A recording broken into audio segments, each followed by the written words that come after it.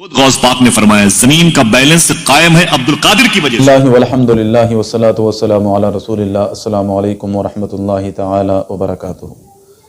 हमारे इन कुछ मुक़र्रिरीन की इस्लाह करना भी निहायत ज़रूरी है, क्योंकि ये कुछ का कुछ बोल देते हैं और फिर मुखालिफिन को मसलक आला हजरत पर उंगली उठाने का मौका मिलता है, बरेलवी हजरात पर अंगुश्त नुमाई करने का मौका मिलता है। पहले आप ये वीडियो देखिए, फिर उसके बाद इस पर हम कुछ तबसरा करेंगे। खुद गौस पाक ने फरमाया जमीन का बैलेंस कायम है अब्दुल कादिर की वजह से। गौस पाक ने फरमाया जमीन में ये जानवरों के थनों में जो दूध होते हैं ये अब्दुल कादिर की वजह से होते हैं। फरमाया गौसे आजम सरकार ने जमीन पर जो बच्चे शिफा पाते हैं ये अब्दुल कादिर की वजह से। तो इस दौर में इस तरह की बातें करने का कोई मतलब नहीं है। गौसे आदम को अल्लाह तबारक व तआला ने इतनी अजीम शान अता फरमाई है कि आपकी सच्ची इतनी करामात हैं कि जिनका आज तक इहाता नहीं किया गया है, तो ये इस तरह की बातें बोलने की क्या जरूरत पड़ती है कि जमीन गौसे आदम की वजह से कायम है, जानवरों के थनों में दूध गौसे आदम की वजह से है।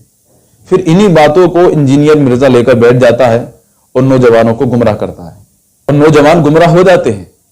क्योंकि आप ये बात किसी से कहें कि बरेलवियों का यह अकीदा है कि यह जमीन गौसे आदम की वजह से कायम है, जानवरों के थनों में दूध गौसे आदम की वजह से है, तो वो कहेगा ये लोग तो तौहीद के कायल ही नहीं है। वो इस तरह बज़्ज़न हो जाता है। ये गौसे आदम की तारीफ नहीं की जा रही है, बल्कि गौसे आदम की तरफ से बज़्ज़न किया जा रहा है इस तरह की बातें करके कि उनका धोबी कब्र में मुनकर नकीर से लड़ गया, गौसे आदम ने मुनकर नकीर को डांट कर भगा दिया। ये गौसे आदम की शान बयान नहीं की जा रही है, ये गौसे आजम से मुतनफ़िर किया जा रहा है, गौसे आदम की ओर तौहीन की जा रही है।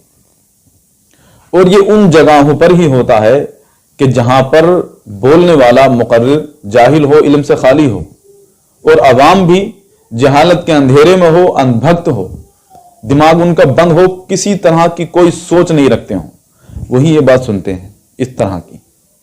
वरना एक आलिम जब भी बोलता है तो बहुत जिम्मेदारी के साथ बोलता है। आखिर क्या हो गया हमारे मुआशरे में, खास करके बरेलवी हजरात में, कि इन्हें कहानियां सुनने में दिलचस्पी रह गई है, कुरान हदीस सुनने में कोई दिलचस्पी नहीं आती।